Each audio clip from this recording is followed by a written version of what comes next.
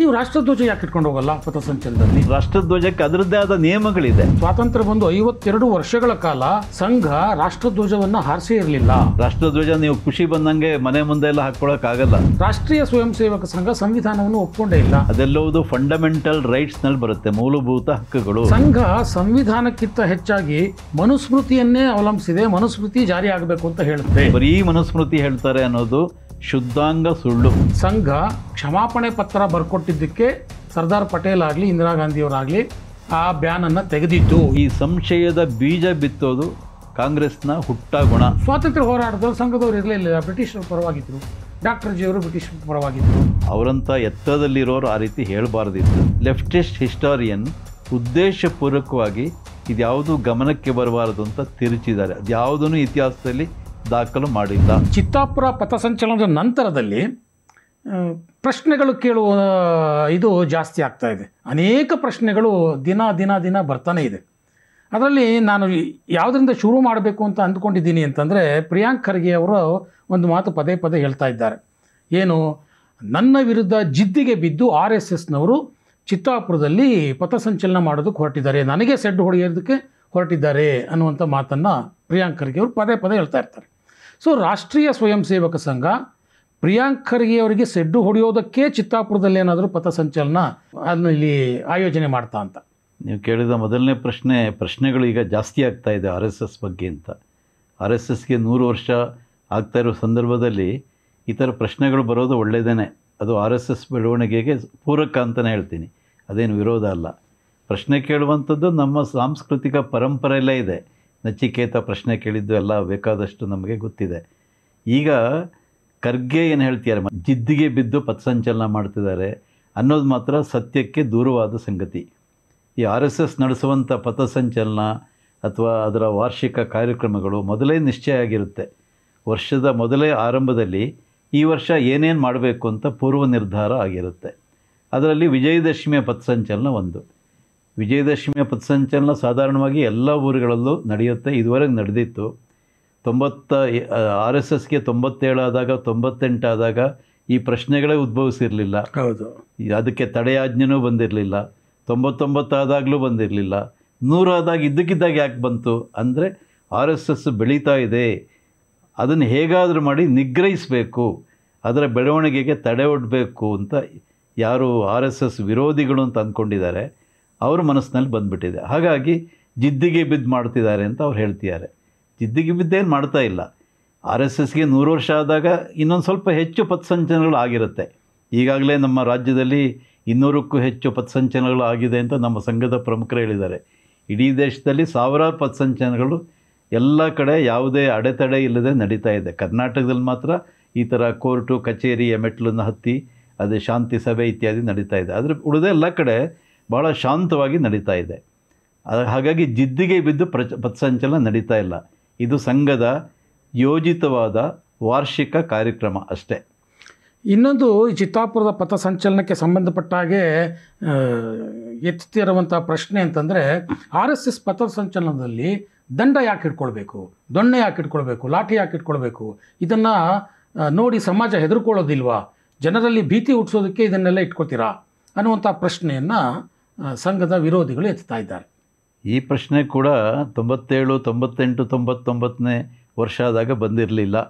ಆಗಲೂ ಕೂಡ ದಂಡ ಹಿಡ್ಕೊಂಡೇ ಪಥಸಂಚಲನ ಮಾಡಿದ್ದು ನಾವು. ಯಾವುದೇ ಭಗವಧ್ವಜ ಅಥವಾ ಓಂಕಾರ ಧ್ವಜ ಹಿಡ್ಕೊಂಡು ಯಾವತ್ತೂ ಪಥಸಂಚಲನ ಮಾಡಿಲ್ಲ.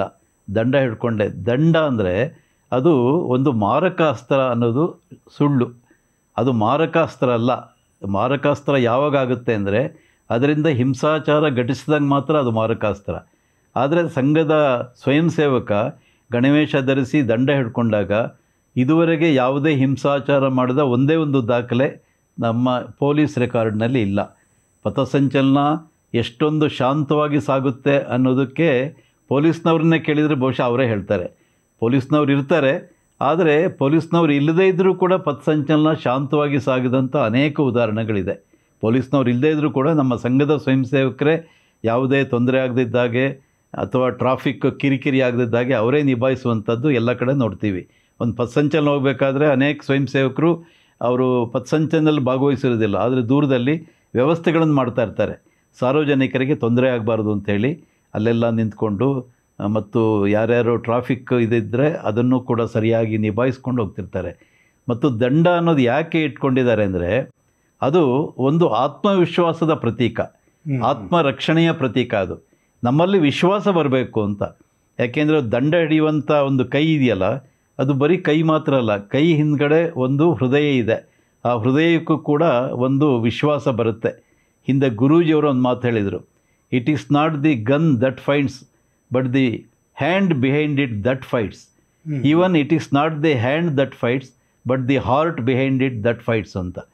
ಬರೀ ಹಿಂಗೆ ದಂಡ ಹಿಡ್ಕೊಂಡು ಕೂಡಲೇ ಅವನಿಗೆ ಆತ್ಮವಿಶ್ವಾಸ ಬರುತ್ತೆ ಅಂತಿಲ್ಲ. ಆದರೆ ದಂಡ ಹಿಡ್ಕೊಂಡು ಸಾಮೂಹಿಕವಾಗಿ ಹೋದಾಗ ಅವನಿಗೆ ಕೂಡ ನಾನೊಬ್ಬ ದೇಶಭಕ್ತನಾಗಬೇಕು, ನನ್ನಲ್ಲೂ ವಿಶ್ವಾಸ ಬರಬೇಕು, ಎಂತಹ ಹಳ್ಳೆದೆಯ ಹೇಡಿಯಾದರೂ ಕೂಡ ಅವನಲ್ಲೊಂದು ವಿಶ್ವಾಸ ನಿರ್ಮಾಣ ಆಗುತ್ತೆ.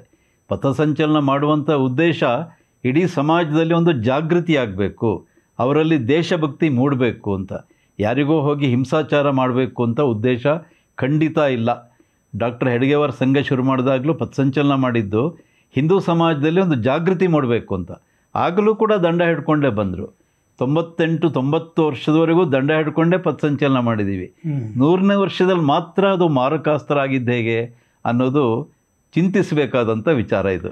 ಇನ್ನೊಂದು ಪಥಸಂಚಲನದ ಬಗ್ಗೆ ಮಾತಾಡುವಂಥವ್ರು ಕೇಳುವಂಥದ್ದು, ನೀವು ರಾಷ್ಟ್ರಧ್ವಜ ಯಾಕೆ ಇಟ್ಕೊಂಡು ಹೋಗಲ್ಲ ಪಥಸಂಚಲನದಲ್ಲಿ? ಸೊ ರಾಷ್ಟ್ರಧ್ವಜ ಇಟ್ಕೊಂಡು ಹೋಗಿ, ಅವಾಗ ನಾವು ನಿಮ್ಗೆ ಸಪೋರ್ಟ್ ಮಾಡ್ತೀವಿ. ಇನ್ನು ಈ ಥರದ ಮಾತುಗಳನ್ನು ಆಡ್ತಾರೆ.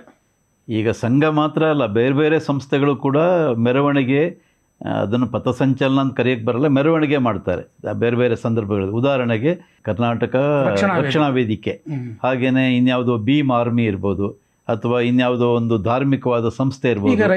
ರೈತ ಸಂಘ ಇದೆ. ಬೆಳಗಾಂನಲ್ಲಿ ಕಬ್ಬು ಬೆಲೆಯನ್ನು ಜಾಸ್ತಿ ಮಾಡಬೇಕು ಅಂತ ರೈತರು ಪ್ರತಿಭಟನೆ ಮಾಡ್ತಿದ್ದಾರೆ. ಅವರೇನು ರಾಷ್ಟ್ರಧ್ವಜ ಹಿಡ್ಕೊಂಡಿಲ್ವಲ್ಲ. ಕರವೆಯವರು ಇದು ಮಾಡಬೇಕಾದ್ರೆ ಕನ್ನಡದ ಬಾವುಟ ಹಿಡ್ಕೊಳ್ತಾರೆ, ಅಥವಾ ಘೋಷಣೆಯನ್ನು ಹಾಕ್ತಾರೆ, ಕನ್ನಡದ ಕುವೆಂಪು ಇತ್ಯಾದಿಗಳ ಘೋಷಣೆಯನ್ನು ಹಾಕ್ತಾರೆ. ಅವರೇನು ರಾಷ್ಟ್ರಧ್ವಜ ಹಿಡ್ಕೊಂಡಿರಲ್ಲ. ಮತ್ತು ರಾಷ್ಟ್ರಧ್ವಜವನ್ನು ಹೆಂಗೆ ಬೇಕಾದರೂ ಹಾಗೆ ಎಲ್ಲ ಮೆರವಣಿಗೆಯಲ್ಲೂ ಹಿಡ್ಕೊಂಡು ಹೋಗಿ ಬರಲ್ಲ. ರಾಷ್ಟ್ರಧ್ವಜ ಹಿಡಿಬೇಕಾದರೂ ಅದಕ್ಕೊಂದು ನಿಯಮ ಇದೆ. ಸ್ವಾತಂತ್ರ್ಯ ದಿನಾಚರಣೆ, ಗಣರಾಜ್ಯ ದಿನೋತ್ಸವ, ಈ ಸಂದರ್ಭದಲ್ಲಿ ಮಾತ್ರ ರಾಷ್ಟ್ರಧ್ವಜವನ್ನು ಹಾರಿಸಬೇಕು ಮತ್ತು ಸಂಜೆ ಒಳಗೆ ಅದನ್ನು ಕೆಳಗೆ ಇಳಿಸಬೇಕು ಅಂತ ನಿಯಮ ಇದೆ. ಸಂವಿಧಾನದಲ್ಲೇ ಇದನ್ನು ಹೇಳಿದ್ದಾರೆ. ರಾಷ್ಟ್ರಧ್ವಜ ನೀವು ಖುಷಿ ಬಂದಂಗೆ ಮನೆ ಮುಂದೆ ಎಲ್ಲ ಹಾಕ್ಕೊಳ್ಳೋಕ್ಕಾಗಲ್ಲ. ಹಾಗಾದರೆ ಪ್ರತಿ ಹಬ್ಬದಲ್ಲಿ ಯಾಕೆ ರಾಷ್ಟ್ರಧ್ವಜ ಹಾರಿಸೋದಿಲ್ಲ? ನಮ್ಮ ಗಣೇಶನ ಹಬ್ಬ ಬರುತ್ತೆ, ನವರಾತ್ರಿ ಬರುತ್ತೆ, ಅವಾಗೇನಾದರೂ ರಾಷ್ಟ್ರಧ್ವಜ ನೋಡ್ತೀರ ನೀವೆಲ್ಲಾದರೂ? ಇಲ್ಲ. ಅವಾಗ ಓಂಕಾರಾಂಕಿತ ಧ್ವಜಗಳು ಕಾಣ್ತವೆ ಹೊರತು ರಾಷ್ಟ್ರಧ್ವಜ ಇರೋದಿಲ್ಲ. ಹಾಗಾಗಿ ಸಂಘದವರು ಪಥಸಂಚಲನ ಮಾಡಬೇಕಾದ್ರೆ ರಾಷ್ಟ್ರಧ್ವಜ ಹಿಡಿಯುವಂಥ ಪ್ರಶ್ನೆನೇ ಬರೋಲ್ಲ. ಅದರರ್ಥ ರಾಷ್ಟ್ರಧ್ವಜಕ್ಕೆ ಸ್ವಯಂ ಸೇವಕರು ಅಥವಾ ಸಂಘ ಗೌರವ ಕೊಡಲ್ಲ ಅಂತ ಅರ್ಥ ಅಲ್ಲ. ಯಾಕೆಂದರೆ ರಾಷ್ಟ್ರಧ್ವಜಕ್ಕೆ ಅದರದ್ದೇ ಆದ ನಿಯಮಗಳಿದೆ. ಅದು ಸಂವಿಧಾನಾತ್ಮಕವಾಗಿ ಬಂದಂಥ ನಿಯಮಗಳು. ಅದನ್ನು ನಾವು ಪಾಲಿಸ್ತೀವಿ ಸ್ವಯಂ ಸೇವಕರು. ನಮಗೆ ಸಂವಿಧಾನದ ಮೇಲೆ ನಂಬಿಕೆ, ಗೌರವ, ವಿಶ್ವಾಸ ಇದೆ. ಹಾಗಾಗಿ ರಾಷ್ಟ್ರಧ್ವಜ ಹಿಡಿಯೋಲ್ಲ. ಇನ್ನೊಂದು ಪ್ರಶ್ನೆ ಇದೆ ರಾಷ್ಟ್ರಧ್ವಜಕ್ಕೆ ಸಂಬಂಧಪಟ್ಟಾಗೆ ಬರುವುದು ಒಂದು ಏನು ಅಂತಂದರೆ, 52 ವರ್ಷಗಳ ಕಾಲ, ಸ್ವಾತಂತ್ರ್ಯ ಬಂದು 52 ವರ್ಷಗಳ ಕಾಲ ಸಂಘ ರಾಷ್ಟ್ರಧ್ವಜವನ್ನು ಹಾರಿಸೇ ಇರಲಿಲ್ಲ. ಇದು ಅವರು ರಾಷ್ಟ್ರಧ್ವಜದ ಬಗ್ಗೆ ಇರುವಂತಹ ಅಗೌರವವನ್ನು ತೋರಿಸುತ್ತೆ ಅನ್ನುವಂಥ ವಾದಗಳು ಕೇಳಿಬರ್ತಾ ಇದೆ. ನೋಡಿ, ಈ ರಾಷ್ಟ್ರಧ್ವಜದ ಬಗ್ಗೆ ಸಂಘಕ್ಕೆ ಎಷ್ಟು ಗೌರವ ಇದೆ ಅನ್ನೋದಕ್ಕೊಂದು ಘಟನೆ ಹೇಳ್ತೀನಿ. 1936 ಡಿಸೆಂಬರ್, ನಮಗೆ ಸ್ವಾತಂತ್ರ್ಯ ಬಂದಿರಲಿಲ್ಲ. ಫೈಜಾಪುರದಲ್ಲಿ ಕಾಂಗ್ರೆಸ್ ಅಧಿವೇಶನ ಆಯಿತು. ಆವಾಗ ಬೇರೆ ಬೇರೆ ಕಡೆ ಅಧಿವೇಶನಗಳಾಗ್ತಾಯಿತ್ತು, ಫೈಜಾಪುರದಲ್ಲಿ ಆಯಿತು. ಅಲ್ಲಿ ತ್ರಿವರ್ಣ ಧ್ವಜ, ಆಗಲೇ ರಾಷ್ಟ್ರಧ್ವಜ ಒಂದು ಹಂತಕ್ಕೆ ನಿರ್ಮಾಣ ಪಡಿತಾ ಇತ್ತು. ಆವಾಗ ತ್ರಿವರ್ಣ ಧ್ವಜವನ್ನು ಅಲ್ಲಿ ಹಾರಿಸಿದರು. 80 ಅಡಿಯ ಎತ್ತರವಾದ ಕಂಬ. ಅದು ಹಾರಿಸ್ಬೇಕಾದ್ರೆ ಏನಾಯಿತು ಅಂದರೆ, ಏನೋ ಹಗ್ಗ ಇದು ಸರಿಯಾಗಿ ಕಟ್ಟಿರಲಿಲ್ಲ ಅಂತ ಕಾಣುತ್ತೆ, ಅರ್ಧಕ್ಕೆ ನಿಂತ್ಕೊಂಡ್ಬಿಡ್ತು. ಅರ್ಧಕ್ಕೆ ನಿಂತ್ಕೊಂಡಾಗ ಅಲ್ಲಿದ್ದವರೆಲ್ಲ ಏನು ಮಾಡಬೇಕು ಅಂತ ಗಾಬರಿ ಆದರು, ಆತಂಕ ಶುರುವಾಯಿತು. ಯಾಕೆಂದರೆ ಅರ್ಧದಲ್ಲೇ ಇದೆ, ಪೂರ್ತಿ ಹಾರ್ತಾ ಇಲ್ಲ.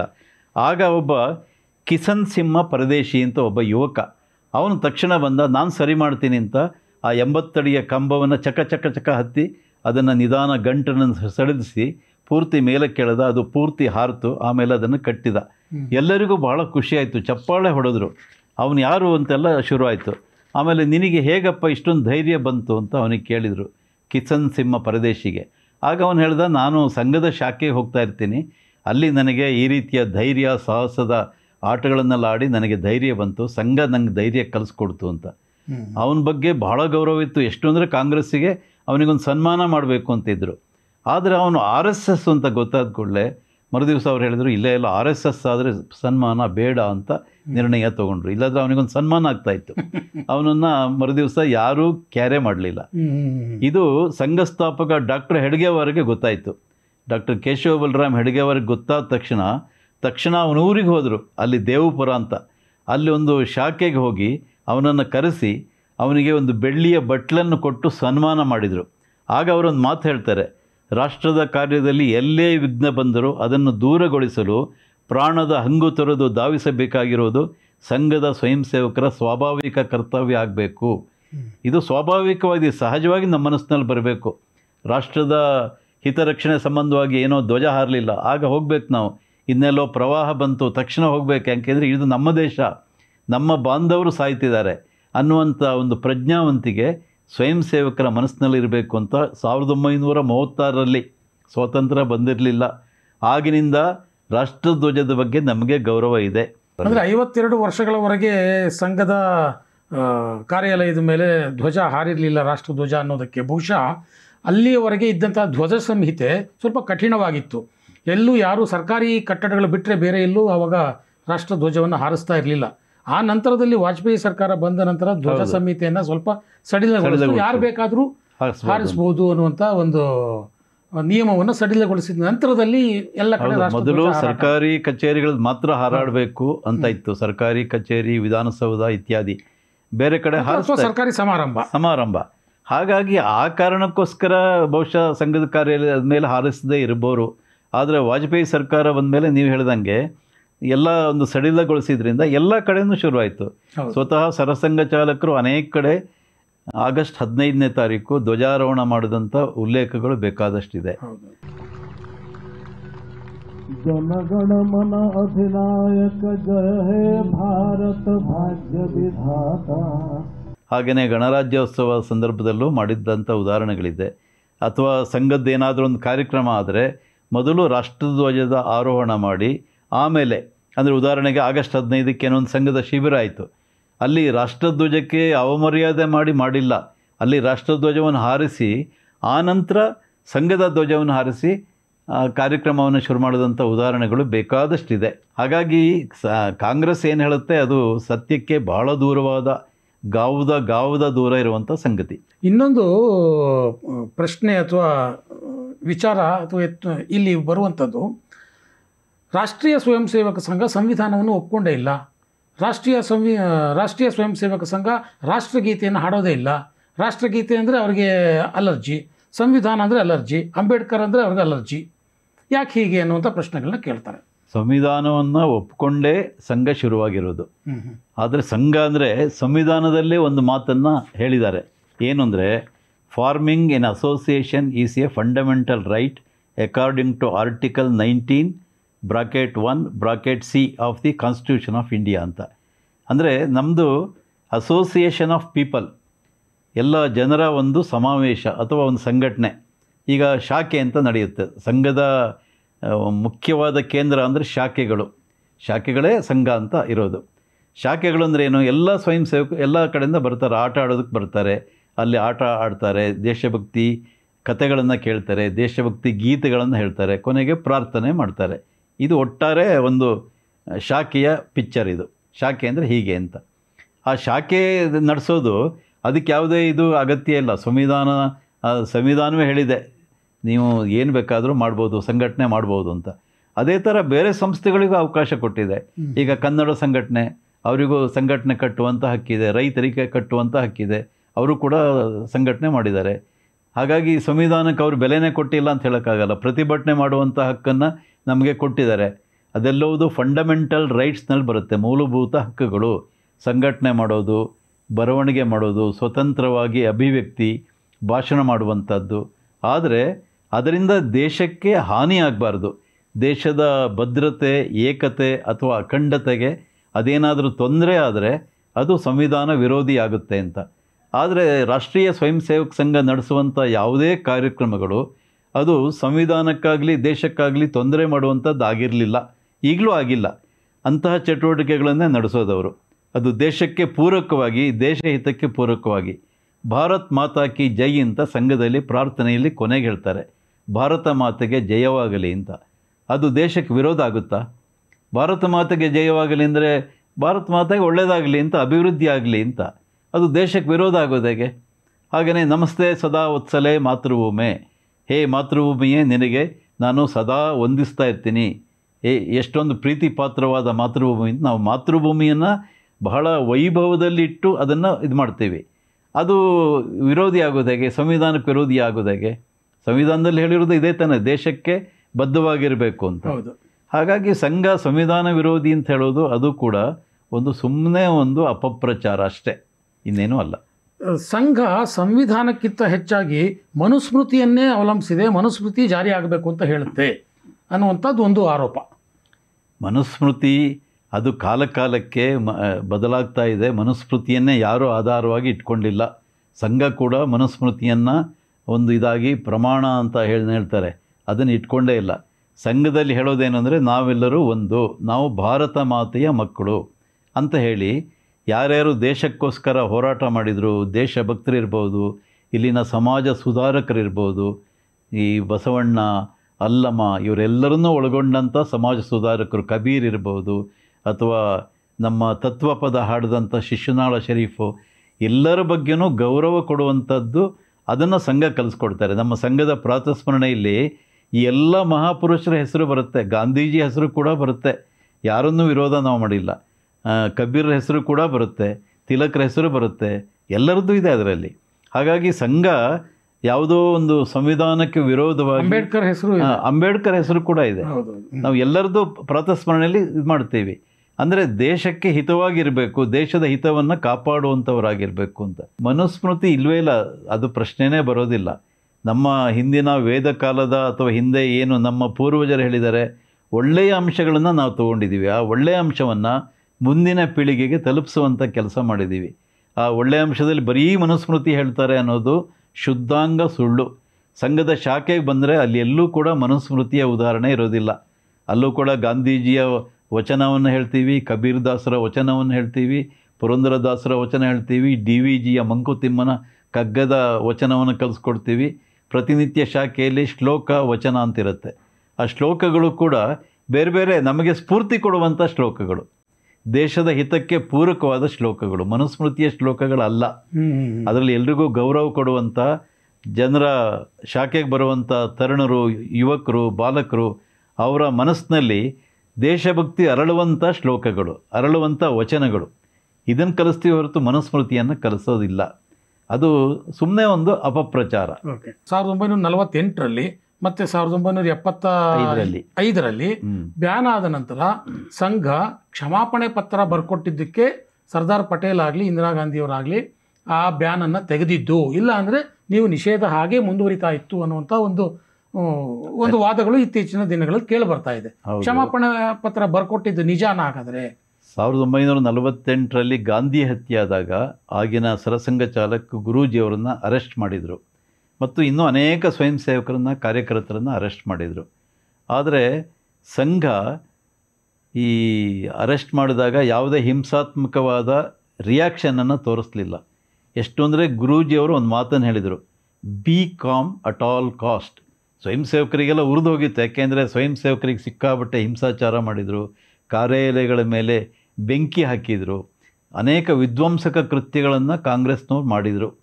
ಆಗ ಗುರೂಜಿಯವರು ಹೇಳೋದು B com at all cost, ಯಾವುದೇ ಪರಿಸ್ಥಿತಿ ಬರಲಿ ಶಾಂತವಾಗಿರಿ ಅಂತ. ಸ್ವಯಂ ಸೇವಕರಿಗೆ ಸಿಟ್ಟು ಬಂತು, ಏನು ಈ ನಮ್ಮ ಮನೆ ಮಠನೆಲ್ಲ ಧ್ವಂಸ ಮಾಡ್ತಿದ್ದಾರೆ, ನಾವ್ಯಾಕೆ ಶಾಂತವಾಗಿರಬೇಕು ಅಂತ. ಬಿಡುಗಡೆ ಆದಮೇಲೆ ಗುರೂಜಿಯವರು ಒಂದು ಮಾತು ಹೇಳಿದರು, ನಮ್ಮ ಬಾಯಿಯೊಳಗೆ ಹಲ್ಲು ಮತ್ತು ನಾಲಿಗೆ ಎರಡೂ ಇದೆ. ಅಕಸ್ಮಾತ್ ನಾವೇನಾದ್ರು ತಿನ್ನಬೇಕಾದ್ರೆ ಕೆಲವು ಸರಿ ನಾಲಿಗೆನ ಕಡ್ಕೊಂಡ್ಬಿಡ್ತೀವಿ, ನಾಲಿಗೆ ಗಾಯ ಆಗುತ್ತೆ. ಹಾಗಂತೇಳಿ ನಾವು ಹಲ್ಲನ್ನು ಮುರಿದು ಹಾಕ್ತೀವ? ಅದೆಲ್ಲವೂ ದೇಹದ ಅಂಗಾಂಗಗಳು, ಅವೆಲ್ಲವೂ ಪೂರಕವಾಗಿರೋದು. ಹಲ್ಲು ನಾಲಿಗೆ ಎಲ್ಲವೂ ದೇಹದಲ್ಲಿರಬೇಕು. ಹಾಗೆಯೇ ಇವತ್ಯಾರೋ RSSನ್ನು ವಿರೋಧ ಮಾಡಿದರು ಅಂಥೇಳಿ ಅವ್ರ ಮೇಲೆ ಯಾವುದೇ ಹಿಂಸಾತ್ಮಕವಾಗಿ ನಾವು ಪ್ರತೀಕಾರ ತೆಗೆದುಕೊಳ್ಬಾರ್ದು ಅಂತ ಹೇಳಿದರು. ಅಷ್ಟೇ ಹೊರತು ಕ್ಷಮಾಪಣೆ ಪತ್ರವನ್ನು ಬರೆದುಕೊಡಲಿಲ್ಲ. ಎಲ್ಲೂ ಕೂಡ ಕ್ಷಮಾಪಣೆ ಪತ್ರ ಬರೆದುಕೊಟ್ಟಿದ್ದಕ್ಕೆ ಉದಾಹರಣೆ ಇಲ್ಲ. ಓಕೆ. ಸರ್ದಾರ್ ಪಟೇಲ್ ಮತ್ತು ಗುರೂಜಿಯವ್ರ ನಡುವೆ ಪತ್ರ ವ್ಯವಹಾರ ನಡೀತು. ಸರ್ದಾರ್ ಪಟೇಲ್ ಗೃಹ ಮಂತ್ರಿ ಆಗಿದ್ದರು, ಗುರೂಜಿಯವರು ಸರಸಂಘ ಚಾಲಕರಾಗಿದ್ದರು. ಅವರ ಬಿಡುಗಡೆ ಆದಮೇಲೆ ಅನೇಕ ಪತ್ರ ವ್ಯವಹಾರಗಳಾಯಿತು. ನಿಮಗೆ ಒಂದು ಸಂವಿಧಾನ ಇಲ್ಲ, ಹಾಗಾಗಿ ಈ ಬ್ಯಾನನ್ನು ತೆಗಿಯೋಕ್ಕಾಗಲ್ಲ ಅಂತ ಹೇಳಿದರು. ಆಗ ಸ್ವತಃ ವೆಂಕಟರಾಮ ಶಾಸ್ತ್ರಿ ಅಂತ ಅವರು ತಮಿಳುನಾಡಿನವರು, ಸಂಘದ ಪರವಾಗಿ ಅಡ್ವೊಕೇಟ್, ಅವರು ಸಂಘದ ಸಂವಿಧಾನವನ್ನು ಕೊಟ್ಟರು ಗೃಹ ಮಂತ್ರಿಯವರಿಗೆ. ಸಂಘ ಅಂದರೆ ಏನು, ಶಾಖೆಗಳ ಮೂಲಕ ನಾವು ಸಂಘಟನೆ ಮಾಡ್ತೀವಿ, ಮತ್ತು ಸಂಘದ ಪದ್ಧತಿ ಏನು, ಶಾಖಾ ಪದ್ಧತಿ, ವರ್ಷದಲ್ಲಿ 6 ಉತ್ಸವಗಳನ್ನು ನಡೆಸ್ತೀವಿ, ಇದೆಲ್ಲವುದನ್ನು ಕೂಡ ಲಿಖಿತವಾಗಿ ಕೊಟ್ಟರು. ಅದೇ ಸಂಘದ ಸಂವಿಧಾನ. ಸಂಘದಲ್ಲಿ ಚುನಾವಣೆ ಹೇಗಾಗುತ್ತೆ, ಸಂಘದಲ್ಲೂ ಕೂಡ ಚುನಾವಣೆ ನಡೆಯುತ್ತೆ, ಸಂಘ ಚಾಲಕ ಪೋಸ್ಟಿಗೆ ಚುನಾವಣೆ ಆಗುತ್ತೆ, ಅದಕ್ಕೆ ಎಲ್ಲರೂ ಕೂಡ ಸ್ಪರ್ಧಿಸಬಹುದು, ಅಲ್ಲೂ ಕೂಡ ಯಾವ್ಯಾವ ರೀತಿ ಆಗುತ್ತೆ, ಇದೆಲ್ಲವುದನ್ನು ಕೂಡ ಬರೆದು ಕೊಟ್ಟಿದ್ದಾರೆ. ಅದು ಸರ್ಕಾರದ ಕೈಯಲ್ಲಿ ಕೂಡ ಇದೆ ಸಂಘದ ಸಂವಿಧಾನ. ಹಾಗಾಗಿ ಸಂಘವನ್ನು ಇದು ಕ್ಷಮಾಪಣೆ ಬರೆದು ಕೊಟ್ಟರು ಅನ್ನೋದು ಹಸಿ ಸುಳ್ಳು. 75ರಲ್ಲಿ ಇಂದಿರಾ ಗಾಂಧಿಯವರು ಅವರ ಕುರ್ಚಿಯನ್ನು ಉಳಿಸ್ಕೊಳ್ಳೋದಕ್ಕೋಸ್ಕರ ಎಮರ್ಜೆನ್ಸಿಯನ್ನು ಡಿಕ್ಲೇರ್ ಮಾಡಿದರು. ಒಂದೇ ವಾರದಲ್ಲಿ ಸಂಘವನ್ನು ಬ್ಯಾನ್ ಮಾಡಿದರು. ಆಗ ಸಂಘ ಹೋರಾಟ ಮಾಡ್ತು. ಹೋರಾಟ ಮಾಡಿದ್ದಕ್ಕೆ ಅಂದರೆ ಸಂಘದ ಮೇಲಿನ ಬ್ಯಾನನ್ನು ತೆಗಿಬೇಕು ಅಂತ ಅಷ್ಟೇ ಆಗಿರಲಿಲ್ಲ, ಅದು ಒಂದು ಪಾಯಿಂಟು. ಆದರೆ ಜೊತೆಗೆ ನಮ್ಮ ಪ್ರಜಾತಂತ್ರವನ್ನು ರಕ್ಷಣೆ ಮಾಡಬೇಕು ಅಂತ. ಪ್ರಜಾತಂತ್ರವೇ ಇದಾಗೋಗಿತ್ತು. ಮೂಲಭೂತ ಸ್ವಾತಂತ್ರ್ಯ ಅಪಹರಣ ಮಾಡಿದರು.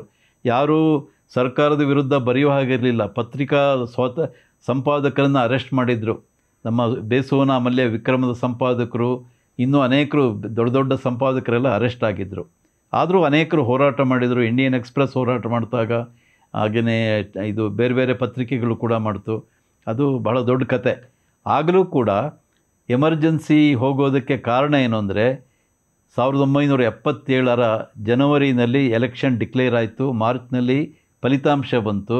ಫಲಿತಾಂಶದಲ್ಲಿ ಇಂದಿರಾ ಗಾಂಧಿ, ಸಂಜಯ್ ಗಾಂಧಿ ಎಲ್ಲರೂ ಸೋತು ಸುಣ್ಣವಾಗಿದ್ದರು. ಹೊಸದಾಗಿ ಜನತಾ ಸರ್ಕಾರ ಕೇಂದ್ರದಲ್ಲಿ ಅಧಿಕಾರಕ್ಕೆ ಬಂತು. ಯಾವುದೇ ಕ್ಷಮಾಪಣೆ ಪತ್ರ ಬರೆದು ಕೊಟ್ಟಿಲ್ಲ. ಬರೆದು ಕೊಟ್ಟ ಉದಾಹರಣೆನೆಲ್ಲ ಉಲ್ಲೇಖ ಇದ್ದರೆ ಅವರು ತೋರಿಸ್ಲಿ, ಅದು ಸರ್ಕಾರದಲ್ಲಿ ದಾಖಲಾಗಿರುತ್ತೆ. ಅದರ ಪಾಡಿಗೆ ರದ್ದಾಯಿತು ಇದು ಸಂಘದ ಮೇಲಿನ ಬ್ಯಾನು. ಆಮೇಲೆ ಸಂಘದ ಚಟುವಟಿಕೆಗಳು ಪ್ರಾರಂಭ ಆಯಿತು. ಅದಾದ ನಂತರ ಅಯೋಧ್ಯ ಸಂದರ್ಭದಲ್ಲೂ ಕೂಡ ಕ್ಷಮಾಪಣೆ ಪತ್ರ ಯಾವುದೂ ಬರೆದು ಕೊಟ್ಟಿಲ್ಲ. ಇದು ಕೇವಲ ಅಲಿಗೇಷನ್ನು, ಗಾಳಿಯಲ್ಲಿ ಗುಂಡೆ ಹೊರತು ಕ್ಷಮಾಪಣೆ ಪತ್ರ ಬರೆದು ಕೊಟ್ಟಂತ ಉಲ್ಲೇಖ ಅಧಿಕೃತವಾಗಿ ಇಲ್ಲ. ಪದೇ ಪದೇ ಸುಳ್ಳುಗಳನ್ನು ನಿಜ ಮಾಡುವಂತ ಪ್ರಯತ್ನ. ಹಿಟ್ಲರ್ನ ಒಬ್ಬ ಮಂತ್ರಿ ಇದ್ದಂತೆ, ಗೋಬೆಲ್ಸ್ ಅಂತ. ಅವನದೊಂದು ಸಿದ್ಧಾಂತ ಏನು ಅಂದರೆ, ಒಂದು ಸುಳ್ಳನ್ನ 100 ಬಾರಿ ಹೇಳಿದರೆ ಅದು ಸತ್ಯವಾಗುತ್ತೆ ಅಂತ. ಅದು ಸತ್ಯ ಆಗುತ್ತೋ ಇಲ್ಲವೋ ಗೊತ್ತಿಲ್ಲ, ಆದರೆ ಅದೇ ಸೂತ್ರವನ್ನು, ಗೋಬೆಲ್ಸ್ ಸೂತ್ರವನ್ನು ಕಾಂಗ್ರೆಸ್ನವರು ಅನುಸರಿಸ್ತಾ ಇದ್ದಾರೆ. ಅವ್ರಿಗೇನೆಂದರೆ ಹೇಳ್ತಾ ಇರೋದು ಸುಳ್ಳನ್ನು. ಅವರು RSSನವ್ರು ಹೀಗೆ ಸಂವಿಧಾನ ಒಪ್ಪೋದಿಲ್ಲ, ಅವರು ರಾಷ್ಟ್ರಧ್ವಜಕ್ಕೆ ವಿರೋಧ ಇದ್ದಾರೆ ಹೇಳ್ತಾ ಇದ್ದಾಗ ಜನರ ಮೇಲೆ ಏನೋ ಒಂದು ಪರಿಣಾಮ ಆಗುತ್ತೆ. ಜನ ಹೌದಲ್ವೋ, ಇರ್ಬೋದೇನೋ ಅಂತ ಒಂದು ಸಂಶಯ ಬರುತ್ತೆ. ಈ ಸಂಶಯದ ಬೀಜ ಬಿತ್ತೋದು ಕಾಂಗ್ರೆಸ್ನ ಹುಟ್ಟ ಗುಣ. ಬ್ರಿಟಿಷ್ನವ್ರು ಮಾಡಿದ್ದು ಅದೇ. ಬ್ರಿಟಿಷ್ನವರು ನಮ್ಮ ದೇಶಕ್ಕೆ ಸ್ವಾತಂತ್ರ್ಯ ಸುಮ್ಮನೆ ಕೊಡಲಿಲ್ಲ. Divide and rule policy. ಇಲ್ಲಿರುವಂಥ ಜನರನ್ನೆಲ್ಲ ಡಿವೈಡ್ ಮಾಡಿದರು. ಹಿಂದೂಗಳು ಬೇರೆ, ಮುಸ್ಲಿಮರು ಬೇರೆ, ಅವರಿಬ್ಬರು ಒಟ್ಟಿಗೆ ಇರೋಕ್ಕಾಗಲ್ಲ ಅಂತ ಹೇಳಿದರು. ಅವರಿಗೆ ಮುಸ್ಲಿಮರಿಗೆ ಪಾಕಿಸ್ತಾನ ಕೊಟ್ಟರು, ಹಿಂದೂಗಳಿಗೆ ಭಾರತ, ಇಂಡಿಯಾ ಕೊಟ್ಟರು. ಇದೇ ಪಾಲಿಸಿಯನ್ನು ಕಾಂಗ್ರೆಸ್ ಕೂಡ ಈಗ ಅನುಸರಿಸ್ಕೊಂಡು ಬರ್ತಾ ಇದೆ. ಸಮಾಜದಲ್ಲಿ ವಿದ್ವೇಷವನ್ನು ನಿರ್ಮಾಣ ಮಾಡೋದು, ವಿಷಬೀಜವನ್ನು ಬಿತ್ತೋದು, ಇಲ್ಲಿ ಐಕ್ಯತೆಯನ್ನು ಹೇಗಾದರೂ ನಾಶ ಮಾಡಬೇಕು, ಇದೇ ಅವರ ತಂತ್ರಗಾರಿಕೆ. ಅದರಿಂದ ಅವ್ರಿಗೇನು ಲಾಭ ಅಂದರೆ, ಅವರಿಗೆ ಚುನಾವಣೆಯಲ್ಲಿ ಜಾತಿ ಹೆಸರು ಹೇಳ್ಕೊಂಡು ಓಟುಗಳು ಸಿಗಬೇಕು, ಮುಸಲ್ಮಾನರ ತುಷ್ಟೀಕರಣ ಮಾಡಬೇಕು, ಮುಸಲ್ಮಾನರನ್ನ RSSನವ್ರು ಮುಸಲ್ಮಾನರನ್ನ ವಿರೋಧಿಸ್ತಾರೆ ಅಂತ ಹೇಳೋದು, ಈ ಥರದ ಒಂದಷ್ಟು ಷಡ್ಯಂತ್ರಗಳನ್ನು ಅವ್ರು ಮಾಡ್ತಾನೇ ಇದ್ದಾರೆ. ಈಗಲ್ಲ, ಸಂಘ ಆದಾಗಿಂದನೂ ಮಾಡ್ತಿದ್ದಾರೆ. ಸಂಘ ಶುರುವಾದಾಗ ಅದ್ರ ಬಗ್ಗೆ ಅಷ್ಟು ಪ್ರಚಾರ ಇರಲಿಲ್ಲ, ಹಾಗಾಗಿ ಇರಲಿಲ್ಲ. ಯಾವಾಗ ಬೆಳೆಯೋಕ್ಕೆ ಶುರುವಾಯಿತು 1975ರ ನಂತರ, ಆಗ ಇದೆಲ್ಲ ಶುರುವಾಯಿತು. ಸಂಘ ಅಂದರೆ ಮುಸಲ್ಮಾನ್ ವಿರೋಧಿ, ಹಾಗೆ ಹೀಗೆ ಅಂತೆಲ್ಲ ಶುರುವಾಯಿತು. ಎಮರ್ಜೆನ್ಸಿಲಿ ಸಂಘದ ಜೊತೆಗೆ ಜಮಾತೆ ಇಸ್ಲಾಮಿಯನ್ನು ಕೂಡ ಬ್ಯಾನ್ ಮಾಡಿದ್ರು. ಜೈಲಿನಲ್ಲಿ ಜಮಾತೆ ಇಸ್ಲಾಮಿ ಕಾರ್ಯಕರ್ತರು ಮತ್ತು ಸಂಘದವರೆಲ್ಲ ಒಟ್ಟಿಗೆನೇ ಇದ್ರು. ಅಲ್ಲಿ ಜಮಾತೆ ಇಸ್ಲಾಂನವರಿಗೆ ಸಂಘದ ನಿಜ ರೂಪ ಗೊತ್ತಾಯಿತು, ಸಂಘ ಅಂದರೆ ಏನು ಅಂತ. ನನಗೆ ನೆನಪಿರುವ ಹಾಗೆ ಎಮರ್ಜೆನ್ಸಿ ನಂತರ ಚಾಮರಾಜಪೇಟೆಯಲ್ಲಿ ಒಂದು ಕಾರ್ಯಕ್ರಮ ಆಯಿತು ಜಮಾತೆ ಇಸ್ಲಾಂನವರು. ಆ ಕಾರ್ಯಕ್ರಮಕ್ಕೆ, ಅದು ಬಹುಶಃ ಈದ್ ಅಂತ ಅಂದ್ಕೊಳ್ತೀನಿ, ಈದ್ ಹಬ್ಬ, ಅವಾಗೆಲ್ಲ ಒಟ್ಟಿಗೆ ಇಫ್ತಾರ್ ಕೂಟ ಅಂತ ಮಾಡ್ತಾರೆ. ಆ ಇಫ್ತಾರ್ ಕೂಟಕ್ಕೆ ನಮ್ಮ ಕ್ಷೇತ್ರೀಯ ಪ್ರಚಾರಕರಾದಂಥ ಯಾದವರಾಜ್ ಜೋಶಿ ಅವರನ್ನು ಕರೆದಿದ್ದರು, ಜಮಾತ ಇಸ್ಲಾಂನವರು. ಯಾದವರಾಜ್ ಅವರು ಹೋಗಿದ್ರು ಅಲ್ಲಿಗೆ. ಓಕೆ. ಹೋದರು, ಅವರಲ್ಲಿ ಏನೋ ಹಣ್ಣು ಎಲ್ಲ ಕೊಟ್ಟರು, ಅದನ್ನು ತಿಂದಿದ್ದಾರೆ ಮತ್ತು ನಿಮಗೆಲ್ಲ ಒಳ್ಳೆಯದಾಗಲಿ ಅಂತ ಶುಭ ಕೋರಿದ್ದಾರೆ ಚಾಮರಾಜಪೇಟೆಯಲ್ಲಿ ಒಂದು ಕಾರ್ಯಕ್ರಮ. ಓಕೆ. ಹಾಗಾಗಿ ಇವ್ರದ್ದೇನು ಅಂದರೆ ಎಲ್ಲ ಷಡ್ಯಂತ್ರಗಳು, ಓಕೆ, ಎಲ್ಲರನ್ನೂ ಬೇರೆ ಬೇರೆ ಮಾಡುವಂಥ ಷಡ್ಯಂತ್ರ ಅಷ್ಟೇ ಹೊರತು ಇದು ಬೇರೆ ಯಾವುದೂ ಅಲ್ಲ. ಸಂಘದ ಬಗ್ಗೆ ಮತ್ತೆ ಪದೇ ಪದೇ ಪದೇ ಪದೇ ಕೇಳಿಬರುವಂಥ ಒಂದು ಇನ್ನೊಂದು ಭಾಳ ದೊಡ್ಡ ಆರೋಪ ಅಂತಂದರೆ, ಸ್ವಾತಂತ್ರ್ಯ ಹೋರಾಟದಲ್ಲಿ ಸಂಘದವರು ಇರಲಿಲ್ಲ, ಬ್ರಿಟಿಷರ ಪರವಾಗಿದ್ದರು. Doctor ಜಿಯವರು British ಪರವಾಗಿದ್ದರು. ಸ್ವಾತಂತ್ರ್ಯ ಹೋರಾಟದಲ್ಲಿ ನೀವು ಬ್ರಿಟಿಷರಿಗೆ ಬೆಂಬಲವಾಗಿ ನಿಂತಿದ್ರಿ. ಸೊ ಸ್ವಾತಂತ್ರ್ಯ ಹೋರಾಟಕ್ಕೆ ನಿಮ್ಮ ಕೊಡುಗೆ ಏನು? ಯಾವ ನಾಯಕರು ಜೈಲಿಗೆ ಹೋಗಿದ್ರು RSSನವರು? ಈ ಥರದ ಪ್ರಶ್ನೆಗಳು ಬರ್ತಾ ಇದೆ. ಅಷ್ಟೇ ಅಲ್ಲ, ಮಲ್ಲಿಕಾರ್ಜುನ ಖರ್ಗೆ ಅವರು AICC ಅಧ್ಯಕ್ಷರ ಆಗಿದ್ದಾಗ, ಈಗಲೂ ಅಧ್ಯಕ್ಷ ಅವರು, ಅವರೊಂದು ಮಾತು ಹೇಳಿದರು, ಸ್ವಾತಂತ್ರ್ಯ ಹೋರಾಟದಲ್ಲಿ RSS ಸ್ವಯಂ ಸೇವಕರ ಮನೆಯ ನಾಯಿ ಕೂಡ ಹೋರಾಟ ಮಾಡಲಿಲ್ಲ ಅಂತ ಬಹಳ ಕೀಳು ಮಟ್ಟದಲ್ಲಿ ಹೇಳಿದರು. ಅವರಂಥ ಎತ್ತರದಲ್ಲಿರೋರು ಆ ರೀತಿ ಹೇಳಬಾರ್ದಿತ್ತು. ಇರಲಿ, ಆದರೆ ಸ್ವಾತಂತ್ರ್ಯ ಹೋರಾಟದಲ್ಲಿ ಭಾಗವಹಿಸಿದ್ದಕ್ಕೆ ಬೇಕಾದಷ್ಟು ದಾಖಲೆಗಳಿದೆ. ಸಂಘವನ್ನು ಶುರು ಮಾಡಿದಂಥ ಡಾಕ್ಟರ್ ಕೇಶವ ಬಲಿರಾಮ್ ಹೆಡ್ಗೇವಾರ್ ಅವರು ಕಲ್ಕತ್ತಾದಲ್ಲಿ ಮೆಡಿಕಲ್ ಓದಬೇಕಾದ್ರೆ ಅವರು ಕ್ರಾಂತಿಕಾರಿಗಳ ಜೊತೆಗೆ ಒಡನಾಟ ಇತ್ತು. ಅವರಿಗೆ ಅನುಶೀಲನಾ ಸಮಿತಿಯ ಸದಸ್ಯರಾಗಿದ್ದರು ಕಲ್ಕತ್ತಾದಲ್ಲಿ. ಆನಂತರ ಅವರು ಕಾಂಗ್ರೆಸ್ನಲ್ಲಿ ಕೂಡ ಇದ್ದರು. ಕಾಂಗ್ರೆಸ್ನಲ್ಲಿ ನಾಗ್ಪುರದಲ್ಲಿ ಅದರ ಕಾಂಗ್ರೆಸ್ಸಿನ ಕಾರ್ಯದರ್ಶಿಯಾಗಿದ್ದರು ಅವರು. 1919ರಲ್ಲಿ ಸಂಪೂರ್ಣ ಸ್ವಾತಂತ್ರ್ಯವೇ ಗುರಿ ಅಂಥೇಳಿ ಅಮೃತ್ಸರದ ಅಧಿವೇಶನದಲ್ಲಿ ಒಂದು ನಿರ್ಣಯ ತಗೊಳ್ತಾರೆ ಕಾಂಗ್ರೆಸ್ನವರು. ಆ ನಿರ್ಣಯದ ಅನುಸಾರವಾಗಿ ಎಲ್ಲ ಕಡೆ ಚಳವಳಿ ಮಾಡಬೇಕು ಅಂತ ನಿಶ್ಚಯ ಆಗುತ್ತೆ, ಬ್ರಿಟಿಷ್ನವರ ವಿರುದ್ಧವಾಗಿ ಚಳವಳಿ ಮಾಡಬೇಕು ಅಂತ. ಆ ಚಳವಳಿಯಲ್ಲಿ ಡಾಕ್ಟರ್ ಹೆಡ್ಗೇವಾರ್ ಭಾಗವಹಿಸಿದ್ದರು 1919ರಲ್ಲಿ. ಆ ಚಳವಳಿಯಲ್ಲಿ ಭಾಗವಹಿಸಿ ಅವರು ಬಹಳ ಉಗ್ರವಾದ ಭಾಷಣ ಮಾಡಿದರು ಬ್ರಿಟಿಷ್ನವರ ವಿರುದ್ಧ. ಈ ದೇಶವನ್ನು ಆಳೋದಕ್ಕೆ ನಿಮಗೇನು ಹಕ್ಕಿದೆ, ಇದು ನಮ್ಮ ದೇಶ ಅಂತ ಹೇಳಿ ಭಾಷಣ ಮಾಡಿದರು. ಅವ್ರನ್ನ ಅರೆಸ್ಟ್ ಮಾಡಿದರು. ಅರೆಸ್ಟ್ ಮಾಡಿ ಅವರಿಗೆ ಕೋರ್ಟಿಗೆ ಪ್ರೊಡ್ಯೂಸ್ ಮಾಡಿದರು. ಕೋರ್ಟ್ನಲ್ಲಿ ಕೇಳ್ತಾರಲ್ಲ ಜಡ್ಜ್ ಒಬ್ಬ ಸ್ಮೆಲ್ಲಿ ಅಂತ ಇದ್ದ, ಈ ಥರ ನೀವೆಲ್ಲ ರಾಜದ್ರೋಹದ ಆರೋಪ ಇದೆ ನಿಮ್ಮ ಮೇಲೆ, ಏನು ಹೇಳ್ತೀರಾ ಅಂತ. ಆಗ ಅವ್ರು ಹೇಳಿದರು, ಡಾಕ್ಟರ್ ಹೆಡ್ಗೇವಾರ್, ಈ ದೇಶದಲ್ಲಿ ಆಳೋದಕ್ಕೆ ನಿಮಗೇನು, ಯಾರು ಹಕ್ಕು ಕೊಟ್ಟಿರೋದು, ಇದು ನಮ್ಮ ದೇಶ, ಮೊದಲು ಇಲ್ಲಿಂದ ಖಾಲಿ ಮಾಡಿ ಅಂತ ಈ ಥರ ಮಾತಾಡಿದರು. ಆಗ ಅವನು ಸ್ಮೆಲ್ಲಿ ಒಂದು ಮಾತು ಹೇಳ್ತಾನೆ, ಏನು ಅಂದರೆ, his argument is more seditious than is earlier speech. ಇವರು ಹೊರಗಡೆ ಭಾಷಣ ಮಾಡಿದ್ದಕ್ಕಿಂತ ಈಗ ಹೇಳಿದ್ರಲ್ಲ, ಇದು ಇನ್ನಷ್ಟು ರಾಜದ್ರೋಹಾತ್ಮಕ ಅಂಥೇಳಿ ಅವರಿಗೆ ಕಠಿಣವಾದ ಶಿಕ್ಷೆ, 1 ವರ್ಷದ ಶಿಕ್ಷೆ ಕೊಟ್ಟರು. ಆ ಶಿಕ್ಷೆಯನ್ನು ಅನುಭವಿಸಿದರು. ಅದಾದಮೇಲೆ 1930ರಲ್ಲಿ ಸಂಘ ಶುರುವಾಗಿತ್ತು. ಇವರು ಸರಸಂಘ ಚಾಲಕ ಆಗಿದ್ದರು. ಸರಸಂಘ ಚಾಲಕ ಹುದ್ದೆಗೆ ಅವರು ರಾಜೀನಾಮೆ ಕೊಟ್ಟು ಜಂಗಲ್ ಸತ್ಯಾಗ್ರಹದಲ್ಲಿ ಭಾಗವಹಿಸಿದರು. 9 ತಿಂಗಳು ಜೈಲಿನಲ್ಲಿದ್ದರು. ಅಷ್ಟೇ ಅಲ್ಲ, ಅವರು ಒಬ್ಬರೇ ಅಲ್ಲ, 1930-32ರಲ್ಲಿ ಸವಿನಯ ಕಾನೂನು ಭಂಗ ಚಳವಳಿ ಅಂತ ಗಾಂಧೀಜಿಯವರು ಶುರು ಮಾಡ್ತಾರೆ. ಅದರಲ್ಲಿ ಸರಕಾರಿಯವರಾಗಿದ್ದರು ಒಬ್ಬರು GM ಹುದ್ದಾರ್ ಅಂತ, ಅವರು ಭಾಗವಹಿಸಿ ಬಂಧನಕ್ಕೊಳಗಾಗಿದ್ದರು. ನಾಗ್ಪುರದ ಸಂಘ ಚಾಲಕರು ಅಪ್ಪ ಸಾಹೇಬ್ ಹಲ್ದೆ ಅಂತ ಇದ್ದರು, ಅವರು ಜಂಗಲ್ ಸತ್ಯಾಗ್ರಹದಲ್ಲಿ ಭಾಗವಹಿಸಿ ಬಂಧನಕ್ಕೊಳಗಾಗಿದ್ದರು. ಸಿರುಪುರದ ಸಂಘ ಚಾಲಕರು ಬಾಬುರಾವ್ ವೈದ್ಯ ಅಂತಿದ್ದರು, ಅವರು ಬಂಧನಕ್ಕೊಳಗಾಗಿದ್ದರು. ಹಾಗೆಯೇ ಸಂಘದ ಅಖಿಲ ಭಾರತ ಅಧಿಕಾರಿಯೊಬ್ಬರು ಮಾರ್ತಾಂಡ ಜೋಗ್ ಅಂತ, ಹಿಂದಿನವರಿಗೆಲ್ಲ ಗೊತ್ತಿರುತ್ತೆ, ಅವರು ನಾಗ್ಪುರಕ್ಕೆ ಸುಮಾರು ಒಂದು 80 ಕಿಲೋಮೀಟರ್ ದೂರದಲ್ಲಿ ತಲೆಗಾಂವ್ ಅಂತಿದೆ, ಅಲ್ಲಿ ಬಂಧನಕ್ಕೊಳಗಾದರು ಸತ್ಯಾಗ್ರಹ ಮಾಡಿ. 4 ತಿಂಗಳು ಸೆರೆವಾಸ ಅವರಿಗೆ. ಇನ್ನೊಬ್ಬರು ರಾಮ್ಭಾವ್ ವಖರೆ, ವಿಠಲ್ ರಾವ್ ಗಾಡ್ಗೆ, ಸೀತಾರಾಮ ಪಂತ ಮೆಹಕರ್, ಹಾಗೆಯೇ ತಲಗಾಂವ್ನಲ್ಲೊಬ್ಬರು ಡಾಕ್ಟರ್ ಅಂಬಾದಾಸ ನಾರಾಯಣ ಅಂತಿದ್ರು, ಅವರು, ವಿಷ್ಣು ಗೋವಿಂದ ಗೋಟ್ಕರ್, ವಿಠಲ್ ಬಾಮಾಜಿ ಲೋಹನ್, ಇವರೆಲ್ಲರೂ ಕೂಡ ಸಶ್ರಮ ಸೆರೆವಾಸದ ಶಿಕ್ಷೆಗೆ ಒಳಗಾಗಿದ್ದರು. ಯಾವುದೋ ಕಳ್ಳತನ ಮಾಡಿ ಅಲ್ಲ, ಅಥವಾ ಇನ್ನೇನೋ ಪಿಕ್ ಪಾಕೆಟ್ ಮಾಡಿ ಅಲ್ಲ, ಸತ್ಯಾಗ್ರಹದಲ್ಲಿ ಭಾಗವಹಿಸಿ ಸ್ವಾತಂತ್ರ್ಯದ ಇದಕ್ಕೋಸ್ಕರ ಹೋರಾಟ ಮಾಡಿದವರು ಬ್ರಿಟಿಷ್ನವರ ವಿರುದ್ಧ.